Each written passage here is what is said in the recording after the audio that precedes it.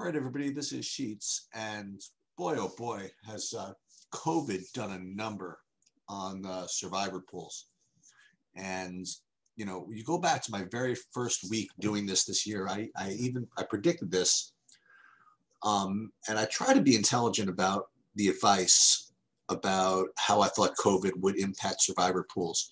We talk about balancing the weighting of a team's effective or immediate EV in a certain week with preserving their future value for the future. And the one thing I did predict pretty accurately was that this year, more than any, immediate EV just became that much more crucial and overweight as with respect to as opposed to future value, because the future was just so uncertain. I mean, like going into week one, you could think that you knew who you're going to take in week 13, but so many things change. You know, you had Denver. I mean, forget the Breeze injury. I mean, that happens, but all the different scheduling changes that shuffled around all of these weeks just really threw a lot of variance into predicting the future and future plans for your teams. I mean, to wit, I mean, it's Wednesday. Actually, it's like Tuesday night, but Wednesday morning, and we're not even done with last week's Survivor yet, right? Because they pushed the Pittsburgh Ravens game, which is supposed to be Thanksgiving. They pushed it out to Sunday and then out to Monday, and then now it's Wednesday. So we're not even done with week 12 yet, technically, and we're already have to figure out week 13. So it's rough out there, you know. It's now it's rough out there intellectually, but the way things have shuffled around, people have been handed gifts like pretty much every week. So it's looking more and more like most pools are going to get chopped. I mean, people have been able to get away with taking all kinds of stuff. And what's interesting are the pools that are going to have double picks, which already have started. I mean, that is actually a little bit more interesting. I mean, I presume that most people who've been following my advice here are going to be alive in single picks and probably have pretty easy paths to the end. You'll end up probably chopping with a bunch of people, but again, it depends on how many people are left in your pool. If you only got 5 people left, or you're in a small pool, you could still, you know, get leverage on some of them in kind of upcoming weeks. So again, let's move on to week 13. Again, week 12 still isn't even done yet because the Pittsburgh Ravens game, which is technically part of last week's slate, is still left to be played, but very few people have Pittsburgh left anyway. So just to reiterate, again, the Pittsburgh game this coming week is still on against Washington. That's going to be put off until next Monday or Tuesday, as will the Baltimore-Dallas game, which is going to be probably Monday or Tuesday as well. And they're going to be part of next week. I don't know right now whether, you know, Lamar is going to be good for next week. I presume he will be. And I'm operating under that presumption. So let's, again, remind everybody what's important, where we're balancing the immediate EV of teams, which is basically a team's winning chances, and that's a function of their popularity, because you don't, you know, if you have 2 teams with equal winning chances, but one's less owned, they're going to have more leverage. And future value, again, you're trying to figure out, you know, which teams you want to save to create good paths to victory in the future. And it's this balance between picking good high EV teams versus, you know, picking teams that, or holding teams for the future. That's what makes this game sort of fun. So what we're doing is we are, you know, we're ranking these teams by EV. And not surprisingly, you know, Kansas City is ranked the top EV team. That's because it's a combination of things. Number one, they're one of the highest, if not the highest winning percentage, and very few people have them left. So they are clearly the top EV team. Then you have, and some of these numbers are really big. Pittsburgh, again, they keep pushing these out, but still they're incredibly low owned.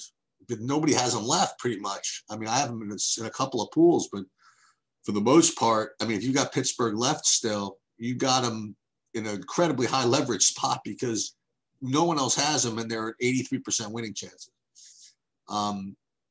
So I guess it's one way to say that from a straight EV perspective, KC and Pittsburgh are both extremely strong plays. So if you have them available, you should consider them. And again, it depends on what kind of pool you're in and how many are left, whether you want to use them. Because quite honestly, if you have a pool with doubles and there's a bunch of people left, you might want to hold them till maybe week 16. Okay, and we're going to get to why in a minute. Miami, on the other hand, we'll get to that in a second. Pittsburgh, likewise. I mean, like, yeah, you can use them this week if you have them available, even in doubles. But also, you could use them in week 15 when they're going to be just as big of a favorite. And you know, where they have better leverage? I think they're going to have better leverage now. And we're going to get to why again in just a minute. As we go down the list here, in EV, you have Miami, which is a very, very strong play because number one, they have high EV. They're not that highly owned. They're good winning chances, and they really don't have any future value. So they're probably, if you have them available, that is, in my opinion, that is the best play. You know, it's got everything going for it. You have low ownership, you have high winning chances. That means high EV and no future value. So they are, I consider them, I guess, the best play because they have everything. But again, it depends on your pool. If you feel like, you know, you've only a couple of people left and no one else has anybody good available in 13 and you could just, you know, drop KC on people at a 14-point up favorite, I mean, maybe you should just go for it. All right, moving down the list, Seattle. I can't imagine using them.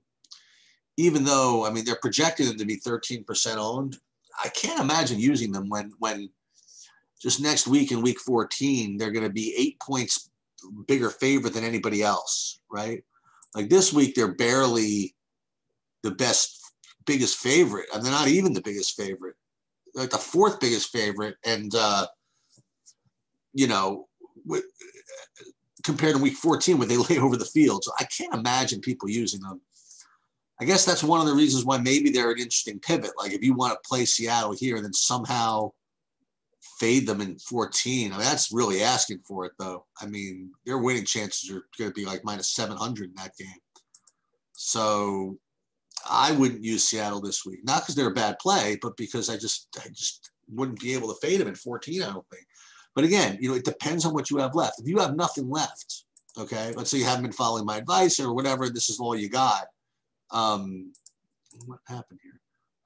Then you could use them, but I'd much prefer you to save them until 14. Green Bay, another one, which, you know, we recommended using them this past week, and, you know, they were a really good play, and pretty much everybody won this past week. So nobody really, there's no real blood from this past week, but if you did manage to save them, you know, you have another chance to play them here. You know, again, it just depends on who you have left.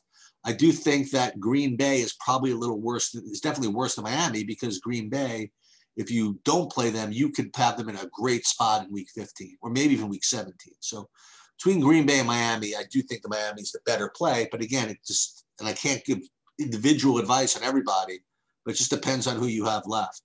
But those are all good plays. Baltimore, I don't even know where they're at. You know what I mean? They're low owned, but I don't even know who's playing. So in either case, I would save them. You can get them in 15. You can get them in 16. The two teams I'm not using at all. And once I think these are both just atrocious plays, very, very fishy. I really would prefer you didn't use them. Okay, and they can win, but you can't play Minnesota and Vegas. You just can't do it. I know you might want to, right? Because they're 10-point favorite over Minnesota's 10-point favorite over Jacksonville. Vegas is an 8-point favorite over the Jets, whatever it is. You just can't do it. They're just too popular. They're just too highly owned. And as you see, they're like ranked like this, the 9th and 11th or whatever, 8th and 10th best EV play. They're just fishy plays. I just wouldn't play them at all. you know, like you see Tennessee, like if you have any of these other teams, literally any of these other teams available, KC, Pitt, Miami, Green Bay, Seattle, I would really rather use them than this. Now, you could argue that, well, Vegas doesn't have as much future value as these guys. Okay, that's true.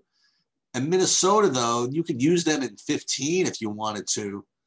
So, I mean, who's the worst play of these two? I guess Vegas. I guess Minnesota's the worst play of the two because at least you could, you know, because you're also burning them. You know, you're playing a popular team with terrible EV and you're burning them for a chance to play them in 15. So I guess if you had to play them, and just to give you an example, I look at the EV difference between Tennessee, who is certainly less likely to win than Vegas. The difference here is massive, you know. So I would avoid Vegas. I would avoid Minnesota. So that's why I was saying that, you know, all these guys are going to get pretty high leverage this week. You know, like you have. I know you can make a case for saving KC, saving Pitt, you really can't make a case for saving Miami, saving Green Bay, you know, even saving Seattle. But the fact is that you're going to have 60% of the pool with Minnesota and Vegas.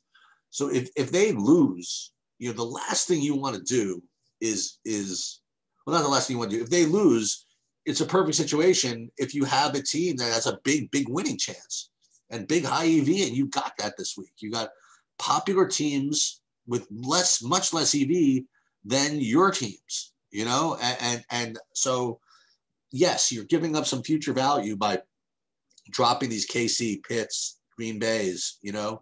Now, I might even suggest that as much as you want to save Seattle for 14, I mean, I'd rather you played Seattle this week than Minnesota or Vegas. That's really how strong I feel about them. So I guess in summary, you know, again, I'm speaking to like different people, right? So I don't know who you have, but if you got Miami available, I think they're the best play, right? And that's just the bottom line. Not the bottom line, that's the top line. If you have Miami available, that's the best play. And then I guess what I would just really do is just in order based on what you've got left. If you somehow have Pittsburgh or KC available, I guess those are pretty much similar type plays. And Green Bay is close. Actually, Green Bay is a little worse. No, actually, they're all the same. I mean, like they all have somewhat future value. You all have high EV. You know, just pick one of these, and you probably can't go wrong. I'd probably stay away from Seattle. Definitely stay away from Minnesota and Vegas, and that's pretty much it. All right, so we're doing well. I mean, again, it looks like these single entry ones are just destined to be chopped. Just too many people have these guys available, like, you know, between Miami and even if you do a chalk play, like people play Minnesota, right? I mean, one of these teams, or at least both, are probably rated to win. And when they win, I mean, everybody's going to have Seattle in 14. Everybody's going to have either the Rams or who was the other popular one that's going to be in 15? There's a bunch of them. Indianapolis, not Indianapolis, but maybe 15 could be somewhat challenging, I guess, unless you have the Rams available. Like if you were following our advice, I mean, I promise you, so many of you are going to have this path available. Like 13, you could take Vegas and Minnesota. You could be chalky, and then week 14, you're going to all have, I presume, Seattle available. You'll have the Rams available, you know. And if you didn't have the Rams available, it's because you pivoted, like I don't want to say suggested, but last week I provided an option if you want to play the Rams instead. But then actually you would have been out because the Rams are out. So I don't think any of you are going to have Green Bay available for 15. But most of you are going to have the Rams available. And then 16, everybody's going to have Baltimore available, I presume. Or if you save KC. And then 17, I mean, Buffalo would be the one that I would still have left. But if you were managed to save KC all the way to the end, or Tampa somehow, you could have them. So there's a lot of people are going to get to the end, I think, this year. I don't know, man. Every year I say that. It seems as though this is one week that just kind of drills people. Maybe it's this one. Maybe it's week 13. Maybe the Jets show up to play. Maybe the Jacksonville shows up to play. and wipe some people out. You know, that would be nice. But we'll see. That's all I got for you guys. Good luck this week, and we'll be back, man. We're doing well, and everybody's doing well, hopefully. Let's see if we can get some damage done to this chalk.